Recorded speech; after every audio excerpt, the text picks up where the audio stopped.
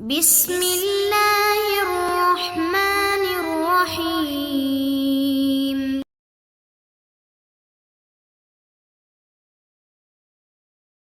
Kita lanjutkan bab berikutnya. Bab ma jaa, bab riwayat yang datang fi ijabi, tentang diwajibkannya al-qadha, melunasi puasa alaihi, terhadap orang tersebut, yaitu orang yang membatalkan puasa sunnah. Jadi ini pendapat yang kedua. Pendapat yang kedua mengatakan kalau orang puasa sunnah kemudian membatalkan, maka wajib diqadha atau diganti atau dilunasi. Pendapat siapa ini? Mari kita baca hadis 45. Wa an Aisyah radhiyallahu anha qalat, kuntu, adalah aku, ana saya, wa Hafsatu dan Hafsah, shaimataini, puasa. Fa'urida, lalu ditawarkan, lana kepada kami, ta'am, makanan, ishtahainahu, yang kami menginginkan makanan tadi, di makanannya menarik. Fa'akalna, maka kami makan, minhu, darinya. Faja'a, maka datang Rasulullah sallallahu alaihi wasallam. Fabadaratni, maka mendahului saya, ilaihi, kepada Nabi, Hafsatu, Hafsah. Jadi Hafsah langsung cepat ngomong kepada Nabi. Wa kanat, dan adalah Hafsah, ibnata abiha, putrinya bapaknya, yaitu putrinya Umar. Artinya Hafsah mirip dengan Umar. Umar modelnya juga begitu, sangat pemberani dia. Maka Hafsah juga begitu. Begitu Nabi datang langsung dilapori oleh Hafsah. Faqalat, maka Hafsah mengatakan, ya Rasulullah, wahai Rasulullah, inna, sesungguhnya kami, kunna, adalah kami, shaimataini, berpuasa. Fa'uridah, lalu ditawarkan, lana kepada kami, ta'amun, makanan, ishtahainahu, yang kami menginginkannya. Fa'akalna, lalu kami makan, minhu, darinya. Qala, Nabi bersabda, iqdiya, lunasilah atau gantilah, yauman akhar, pada hari yang lain, maka nabu, sebagai ganti dari puasa tersebut, yaitu puasa yang kamu batalkan. Nah, ini dalil yang menunjukkan bahwa kalau membatalkan puasa sunnah, wajib diganti pada hari yang lain. Kenapa? Karena di sini yang ketiga, ini perintah. Hukum asal perintah adalah wajib, asrul amri lil wujub. Asal perintah menunjukkan wajib, berarti wajib. Tapi hadis ini derajatnya apa? Dhad. Dhad itu singkatan dari dhaif. Karena dhaif tidak bisa dijadikan sebagai hujjah. Nah, hadis yang dhaif ini siapa yang pakai? Kita lihat pendapat penjelasan Imam Tirmidzi. Wa qad dhahaba qaumun min ahli al-'ilm, dan sungguh telah berpendapat satu kaum dari ulama, min ashabin Nabi sallallahu alaihi wasallam, baik sahabat Nabi maupun yang lain, ila hadzal hadis, kepada hadis ini. Fara'au, maka mereka berpendapat, alaihi qadha, dia wajib mengqadha puasanya, idza aftara, apabila dia berbuka. Wa huwa qaulu Malik, dan itulah pendapatnya Imam Malik rahimahullahu taala. Jadi Imam Malik pendapatnya kadang-kadang keras. Tidak hanya dalam hal ini saja, beberapa masalah kita lihat Imam Malik pendapatnya keras. Masalah akikah misalnya. Imam Malik mengatakan akikah itu hanya hari ke-7, nggak boleh hari yang lain. Hari ke-7 lewat sudah, nggak ada akikah lagi. Pendapat yang lain mengatakan hari ke-7 boleh, 14 boleh, 21 boleh, kelipatannya. Kelipatan sampai 3 kali, 7, 14, 21. Setelah itu sudah nggak ada lagi. Ada lagi yang mengatakan yang kelipatannya terus, sampai tidak ada batasnya. Bahkan ada yang mengatakan boleh sebelum hari ke-7, boleh setelah hari ke-7, bebas. Hari ke-7 itu maksudnya afdoliyah, paling utama saja. Bahkan boleh ketika sudah dewasa, sudah kaya. Dulu ketika masih kecil, bapak ibunya belum sempat akikah karena tidak ada duit. Nah, sekarang kita sudah dewasa, sudah punya usaha, sudah bisa menyembelih sendiri untuk diri kita sendiri, boleh mengakikahi diri sendiri, tidak ada masalah. Menurut sebagian yang lain. Nah, maka Imam Malik pendapatnya di sini keras. Demikian juga dalam hal ini beliau pendapatnya keras, harus mengganti puasa yang dibatalkan apabila puasa tersebut puasa sunnah. Kita lanjutkan. Babu maja, bab riwayat yang datang fi wisali, tentang menyambung Sya'ban, puasa Sya'ban di Ramadan dengan puasa Ramadan. Hadis 46. Wa an Abi Salamah an Ummi Salamah. Nah, ini Abu Salamah meriwayatkan dari istrinya Ummi Salamah. Jadi Masya Allah, para sahabat Nabi suami istri sama-sama orang-orang yang alim. Qalat Ummi Salamah mengatakan, ma ra'aitu, aku tidak melihat an-Nabiy sallallahu alaihi wasallam, yasumu berpuasa syahraini 2 bulan mutatabi'aini berturut-turut illa kecuali Sya'ban bulan Sya'ban wa Ramadan dan bulan Ramadan. Hadis ini zahirnya menunjukkan bahwa Nabi puasa Sya'ban Ramadan berturut-turut. Zahirnya saja. Tapi sebenarnya tidak. Seolah-olah Nabi puasanya berturut-turut. Itu karena saking seringnya puasa pada bulan Sya'ban ini. Bulan Sya'ban isinya 30 hari. Nabi puasa 28 hari misalnya. 2 hari saja beliau nggak puasa. Nah, maka seolah-olah puasanya sambung 2 bulan berturut-turut. Jadi yang dimaksud di sini mutatabi'ain berturut-turut itu maksudnya apa? Seolah-olah berturut-turut. Kenapa dipahami seperti itu? Supaya tidak bertentangan dengan hadis-hadis yang lain. Karena itu saya sering menegaskan, memahami hadis tidak bisa dengan satu hadis saja. Gabungkan dengan hadis-hadis yang lain supaya tidak bertabrakan. Karena kalau sama-sama hadisnya sahih, kemudian kita tabrak-tabrakkan, kita ambil satu yang lain dibuang, itu bukan cara pemahaman hadis para ulama, tidak seperti itu. Kemudian saya ralat ya, Abu Salamah dari Ummi Salamah ini bisa jadi bukan suami dari istrinya. Tapi Abu Salamah ini seorang tabi'in, karena ada Abu Salamah saya ingat. Abu Salamah putranya Abdurrahman bin Auf, nah, dia seorang tabi'in, dia meriwayatkan dari Ummu Salamah istri Nabi sallallahu alaihi wasallam.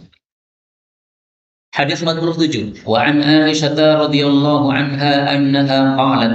Aisyah mengatakan, "Ma ra'aitu, aku tidak melihat an-nabiyya sallallahu alaihi wasallam fi syahrin pada 1 bulan aktsara yang lebih banyak siyaman berpuasa minhu daripada beliau fi Sya'ban di bulan Sya'ban. Karena adalah yasumuhu beliau puasa Sya'ban illa qalila kecuali sedikit. Bal bahkan karena adalah yasumuhu beliau puasa Sya'ban kullahu seluruh Sya'ban. Kata-kata kullahu seluruh ini juga tidak dipahami sesuai zahirnya.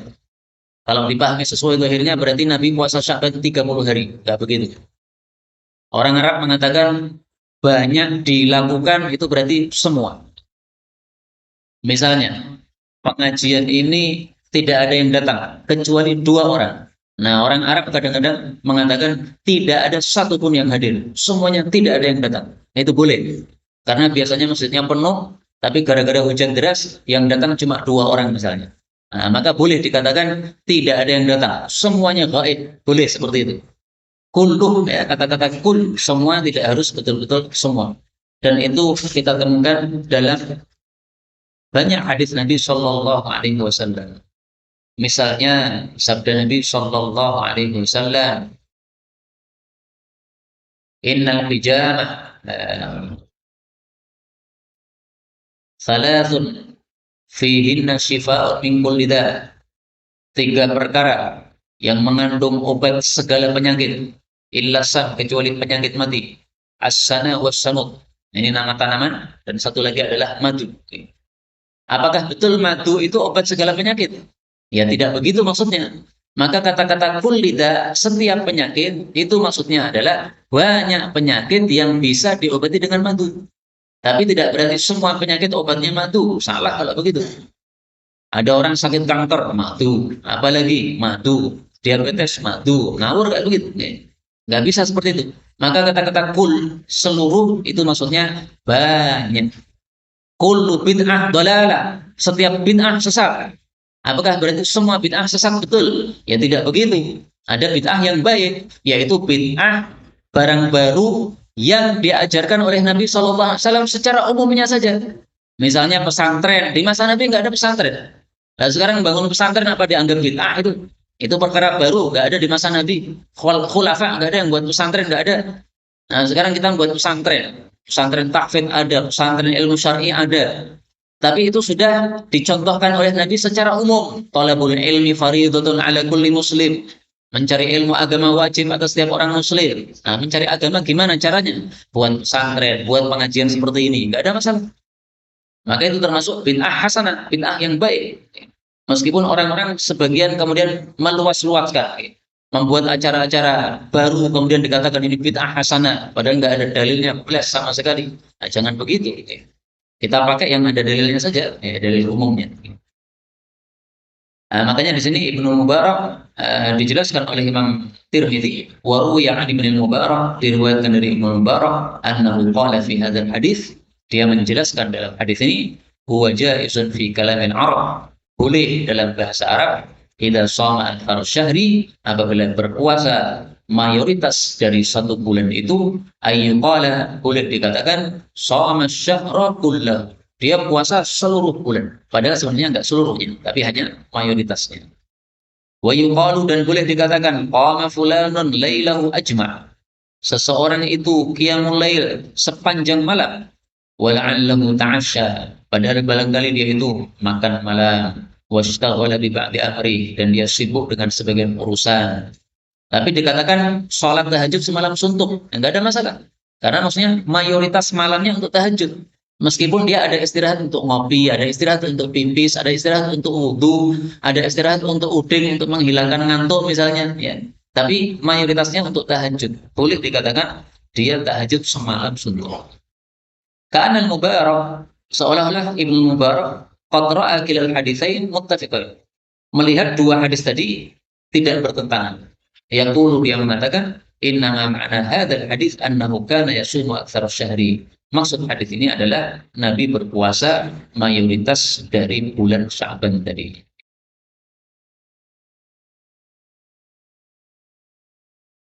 تقبل منا إنك أنت السميع العليم وتب علينا إنك أنت التواب الرحيم. اللهم نحمدك حمدا شاكرين حمدا ناعمين حمدا يوافي نعمه يكافئ مزيدا. يا ربنا لك الحمد ولك الشكر كما ينبغي لجلال وجهك الكريم ولعظيم سلطانه. اللهم صل وسلم وبارك على رسولك الكريم نبينا محمد وعلى آله وصحبه أجمعين. اللهم اجعلنا من أهل القرآن waj'al al-Qur'ana sahiban lana fid dunya wa syafi'an lana fil akhirah. Ya Allah, jadikan kami termasuk ahli Al-Qur'an.